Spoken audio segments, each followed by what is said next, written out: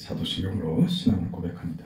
나는 전능하신 아버지 하나님 천지의 창조주를 믿습니다. 나는 그의 유일하신 아들 우리 주 예수 그리스도를 믿습니다.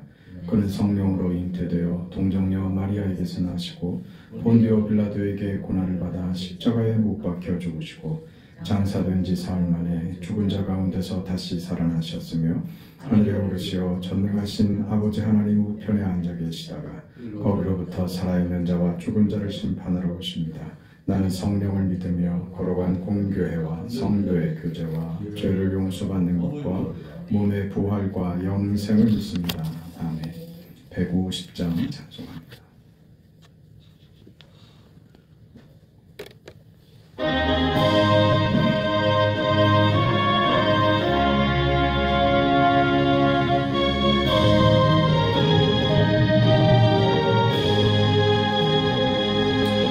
갈보리 산 위에 십자가 섰으니 주가 고난을 당한 표라.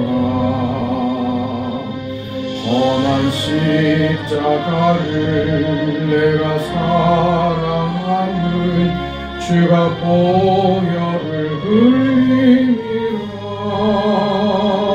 최후 승리를 얻기까지 주의 십자가 사랑하리. 빛나며 류관 받기까지 험한 십자가 붙들겠네. 멸시천대 받은 주의 십자가에 나의 마음이 끌리도다. 귀한 어린 양이 세상 죄를 지고 험한 십자가 지셨도다. 최후 승리를 얻기까지 주의 십자가 사랑하리. 빛나며 류관 받기까지 험한 십자가 붙들겠네.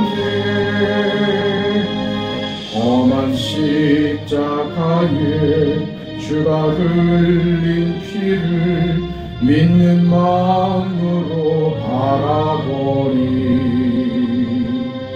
나를 용서하고 내 죄 사하시며 주가 흘리신 보혈이라. 최후 승리를 얻기까지 주의 십자가 사랑하리. 빛나며 류관 받기까지 험한 십자가 붙들겠네. 주님 예비하신 나의 본향집에 나를 부르실 그날에는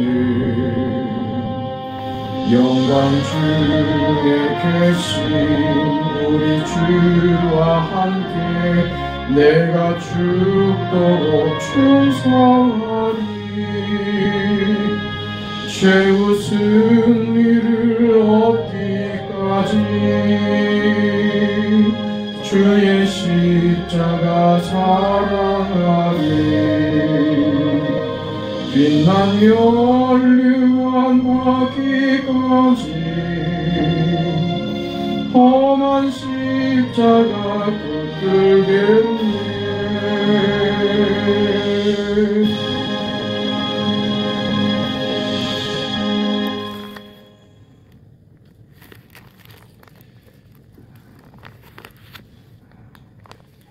하나님의 말씀 이사야 42장을 보겠습니다.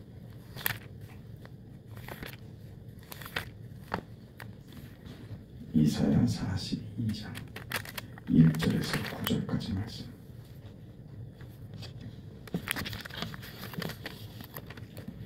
이사야 42장 1절에서 9절까지 우리 하나님의 말씀을 함께 읽습니다. 내가 붙드는 나의 종, 내 마음에 기뻐하는 자, 곧 내가 택한 사람을 보라. 내가 나의 영을 그에게 주었은즉 그가 이방의 정의를 베풀리라. 그는 외치지 아니하며 목소리를 높이지 아니하며 그 소리를 거리에 들리게 하지 아니하며 상한 갈대를 꺾지 아니하며 꺼져가는 등불을 끄지 아니하고 진실로 정의를 시행할 것이며 그는 쇠하지 아니하며 낙담하지 아니하고 세상에 정의를 세우기에 이르리니 성들이 그 교훈을 앙망하리라. 하늘을 창조하여 펴시고 땅과 그 소산을 내시며 땅 위의 백성에게 호흡을 주시며 땅에 행하는 자에게 영을 주시는 하나님 여호와께서 이같이 말씀하시되 나 여호와가 의로 너를 불렀은즉 내가 내 손을 잡아 너를 보호하며 너를 세워 백성의 언약과 이방의 빛이 되게 하리니 내가 눈먼 자들의 눈을 밝히며 갇힌 자를 감옥에서 이끌어내며 흑암에 앉은 자를 감방에서 나오게 하리라.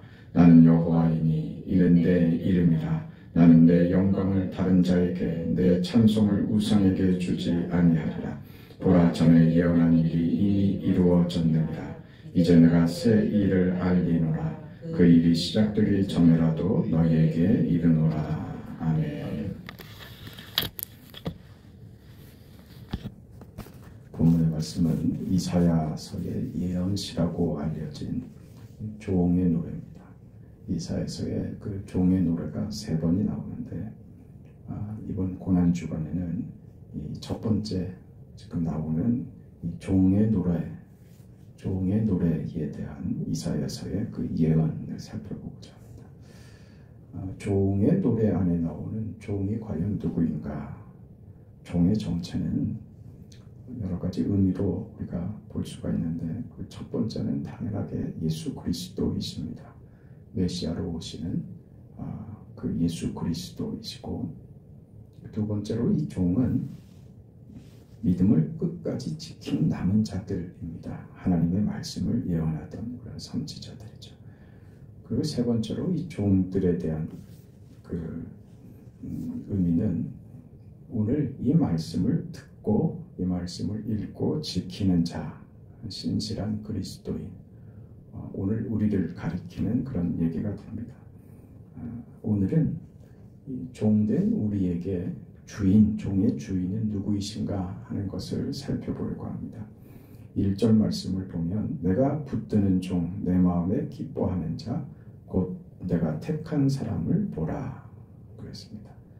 우리가 읽은 마지막 절 9절을 보면 보라, 전에 예언한 일이 이미 이루어졌느니라. 이제 내가 새 일을 알리노라. 그 일이 시작되기 전에라도 너희에게 이르노라. 그렇게 얘기하죠. 종의 노래를 시작하면서 보라 그랬고 그 9절 그 마지막에 보라 하면서 그 마치죠.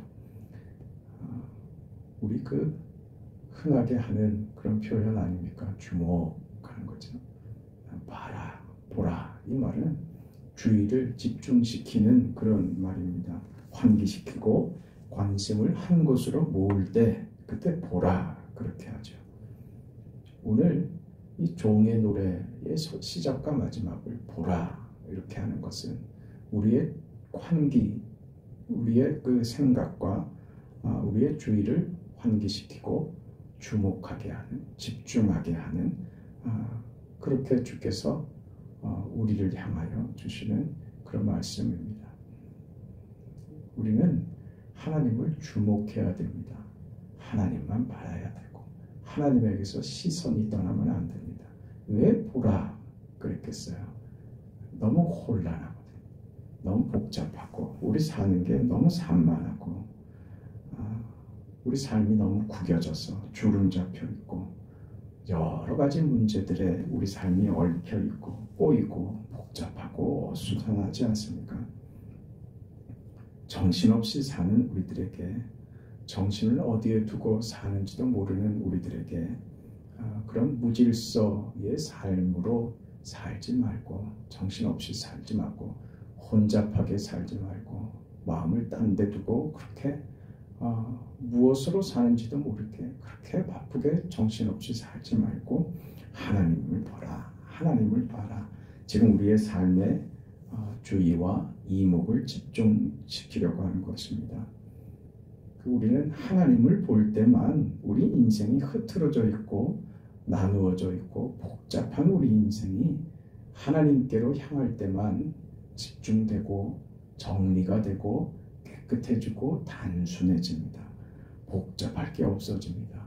하나님이면 다 되는 것이죠. 하나님 없이 살 때 우리 인생은 복잡합니다. 생각이 많고 보라 하는 주님의 음성을 무슨 그 한 대 얻어맞은 것처럼 그렇게 그 정신을 차리고 그렇지. 나는 종된 자이고 종된 나에게 주인 되시는 하나님을 바로 봐야지. 하나님만 바로 봐야지 하는 마음이 있어야 됩니다. 우리의 마음과 삶이 하나님께 집중하면 어지럽고 복잡하고 정신없는 산만한 삶이 깨끗하게 정돈될 줄 믿습니다. 질서가 잡히고 단정하게 정리가 될 것입니다. 이 5절에 보면 종의 주인이 되신 하나님이 어떤 분이시라고 하냐면 하늘을 창조하여 펴시고 땅과 그 소산을 내시며 땅 위에 백성에게 호흡을 주시며 땅에 행하는 자에게 영을 주시는 분이시다 그랬습니다. 이사야 6장 1절 말씀에 가면 우시야 왕이 죽던 해에 그 이사야가 하는 말입니다. 내가 본즉 주께서 높이 들린 보좌에 앉으셨는데 그의 옷자락은 성전에 가득하였다. 하나님에 대한 표현입니다. 이사야가 본 하나님의 영광이죠. 감히 하나님의 얼굴을 바르게 볼 수가 없죠. 그러나 그의 영광을 경험했던 것입니다. 하나님의 영광. 하나님은 높이 들린 보좌에 계신 하나님이십니다. 우리가 감히 바라볼 수도 없는 이 세상 만물을 창조하신 창조주이십니다. 그 하나님은 우리가 감히 상상할 수 없는 지위에 계신 하나님이십니다. 그런 하나님이 그의 옷자락이 성전에 가득했다. 성전 가운데 찾아오시고 충만하게 임하셨다. 가득했다. 그것이죠. 그러니 그 하나님, 우리가 감히 바라볼 수도 없이 높은 보좌 위에 앉으신 그 하나님께서 우리 가운데, 성전 가운데 그의 옷자락이 가득했다. 그 말은 주의 영광이 성전 가운데, 오늘 우리 가운데 내재하신다. 찾아오신다. 우리 안에 거하신다. 그 말이죠. 그리 높으신 하나님이 우리 가운데 찾아오셔서 그 하나님의 영광을 우리 가운데 펼치신다. 그 말입니다. 그분이 종의 주인이십니다.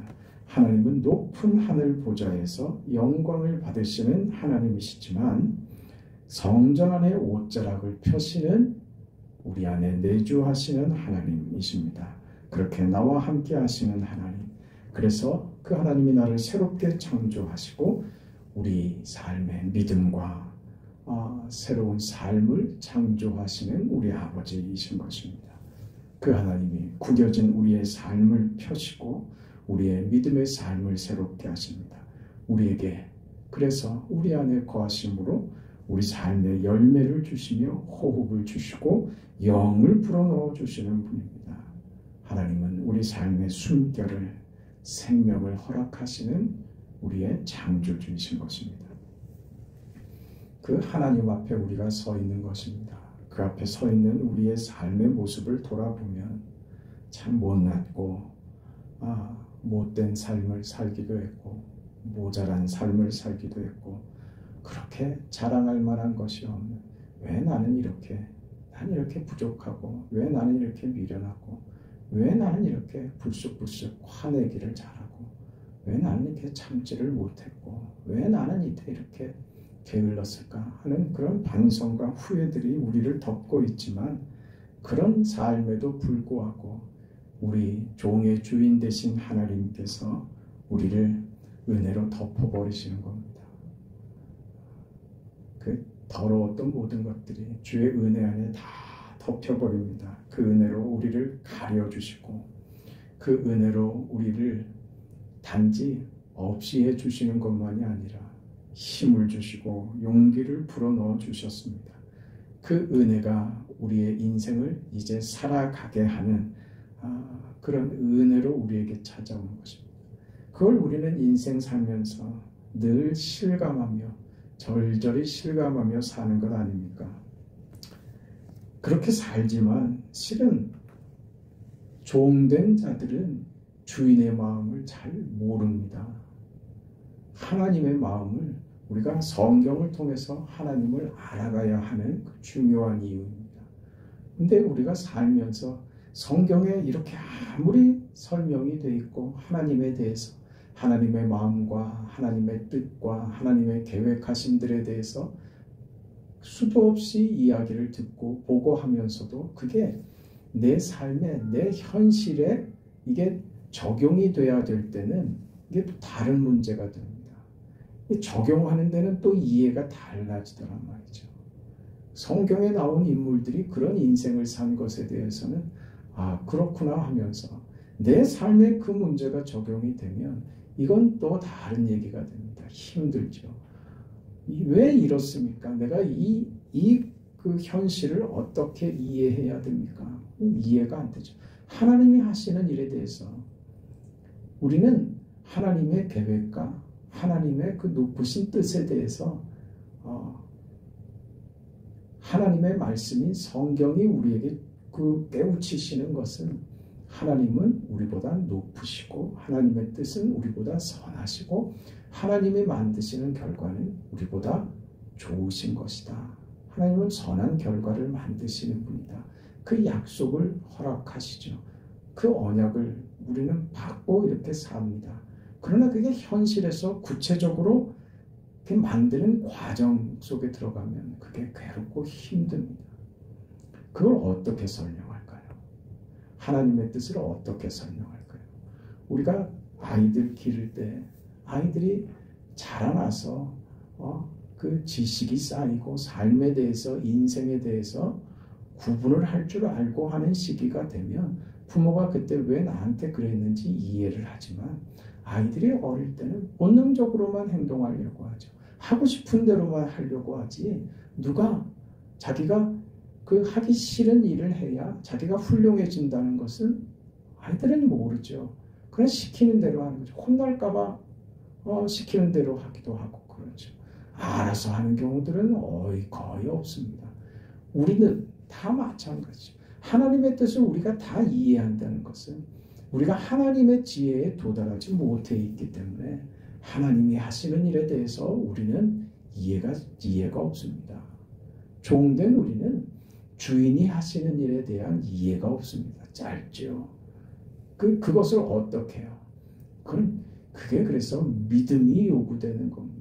은혜를 하나님이 우리에게 허락하신 것은 그 은혜로 우리에게 믿음을 주신 것은 그 믿음이 없을 때 이해하지 못하는 결과를 받아들일 수 있는 힘을 믿음으로 주신 겁니다. 믿음이 없이는 이해되지 않는 상황이 믿음을 가지니 그것을 수용하고 받아들일 수 있는 힘이 생깁니다. 그래서 믿음은 바라는 것들의 실상이 됩니다. 믿음은 바라는 겁니다. 당장 눈에 보이고 잡히는 것이 아니라 하나님의 약속 성경을 붙들고 하나님께서 이루실 결과들을 보는 거죠. 무엇으로요? 믿음으로 보는 것이죠. 종된 우리에게는 이것입니다. 믿음으로 사는 것. 무엇을? 주인 대신 하나님을 믿는 믿음으로 사는 것. 이게 가장 중요한 것입니다. 종된 우리에게 있어서 하나님이 요구하시는 것은 한 가지밖에 없습니다. 순종해라. 그죠? 순종해라. 하나님은 무슨 악덕업자가 아닙니다. 나쁜 주인이 아닙니다. 우리를 구원하신 하나님은 우리의 그 구원을 더 복되고 완전하게 만들어 주시기 위하여 우리 삶에 여러 가지로 개입하셔서 우리를 좋게 하시는 우리 아버지이십니다. 그러니 그 인생을 살아갈 때 우리가 종된 우리가 주인 되신 하나님의 뜻을 다 이해하지 못하더라도 이게 뭔가 싶은 현실을 살다가 하나님이 만드시는 결과들을 삶에서 경험하는 것이죠. 그래서 종된 삶은 언제나 신비입니다. 종된 우리의 삶은 신비로운 거예요. 어떻게 저 사람이 구원을 받았을까? 그걸 세상적인 그 이해나 판단에서는 저런 사람이 예수 믿는다면 난 예수 안 믿겠어. 그런 표현들을 하겠지만 우리가 보고 우리가 깨닫고 아는 신앙 안에서는 저런 사람도 예수를 믿게 하시는 하나님, 저런 사람도 구원하시는 하나님, 하나님의 구원에 제한이 없으시는 하나님. 우리는 상대하기도 싫은데 하나님은 저들을, 우리를, 나를 이렇게 사랑하시는구나 하는 사실 앞에 우리는 놀라죠. 이게 신비 아닙니까? 신비롭지 않습니까? 우리 삶은 언제나 신비로운 겁니다. 은혜가 신비롭죠. 어떻게 내가 구원을 받고 어떻게 내가 하나님을 알고 이 세상 삶에 만족하지 않고 하나님으로 만족하는 인생이 됐고, 그래서 세상 사람들은 바보라고, 세상 사람들은 이해하지 못하는 이 삶을 내가 어떻게 내 평생에 걸쳐서 그 하나님을 놓을 수 없는 자로, 주인의 종된 자로 이 자리에 서서 이렇게 살아갈 수 있는가? 이 신비로운 거죠. 이를 설명할 길이 없는 겁니다. 우리가 무슨 취미 생활을 하는 것도 아니고 각자 무슨 성격이 이런 데 닿아서 교회를 다니고 그런 거 아니잖아요. 하나님이 우리를 붙드신 것이죠. 매여 있는 것입니다. 하나님께 붙들려 있는 그런 종된 삶입니다. 신비로운 종의 삶을 우리가 어떻게 설명하겠습니까? 어떻게 이해할 수 있겠습니까? 우리에게 있어서 유일한 고백은 나는 주인이 있다. 나는 주인이 있다. 이 고백으로 우리의 모든 대답이 되어야 될 것입니다. 나의 주인이 있다. 나의 하나님이 나의 주인이시다. 그 하나님이 나의 모든 필요를 채워주신다. 그 하나님이 나를 먹이고 나를 키우고 나를 기르시는 나의 하나님이시다. 그 하나님이 나의 주인으로 내게 은혜를 베푸신다. 우리 삶을 이해할 수 없습니다. 하나님이 하십니다. 그게 우리 삶의 신비입니다. 나를 선택하시고 부르시고 복을 주시고 지금까지 나를 먹이고 기르신 하나님, 내가 무엇이간데 말이죠. 그걸 이해할 수 없는 은혜를 우리는 받고 사는 것입니다. 그래서 그 고백을 할 수밖에 없죠. 나의 주인 되신 나의 하나님. 그래서 나는 나의 나된 것은 오직 하나님의 은혜입니다. 이런 고백을 할 수밖에 없습니다. 오늘 8절 말씀을 보면 나는 여호와니 이는 내 이름이라. 나는 내 영광을 다른 자에게 내 찬송을 우상에게 주지 아니하리라. 그렇게 하잖아요. 우리의 주인이신 하나님은 영광과 찬송을 다른 이에게 주시지 않으신답니다. 종인 우리에게, 나에게 주시는 하나님이시라 합니다. 나에게 영광과 찬송과 축복을 주시는 나의 하나님이 우리의 편이 되시고 우리에게 그 복을 주신답니다. 나의 삶을 응원하시고 나의 삶의 뜻을 가지고 우리 인생에 그렇게 개입하신답니다. 나의 주인 되신 하나님 말입니다. 우리는 사탄에 매여 있는 인생 아니고 세상에 매이지 않고 물질에 매이지 않는 하나님께만 매여 있는 그런 인생들입니다. 이 인생을 우리보다 먼저 경험했던 다윗이 그래서 이렇게 고백하잖아요. 그의 시에 이렇게 표현합니다. 시편 68편의 말씀이죠.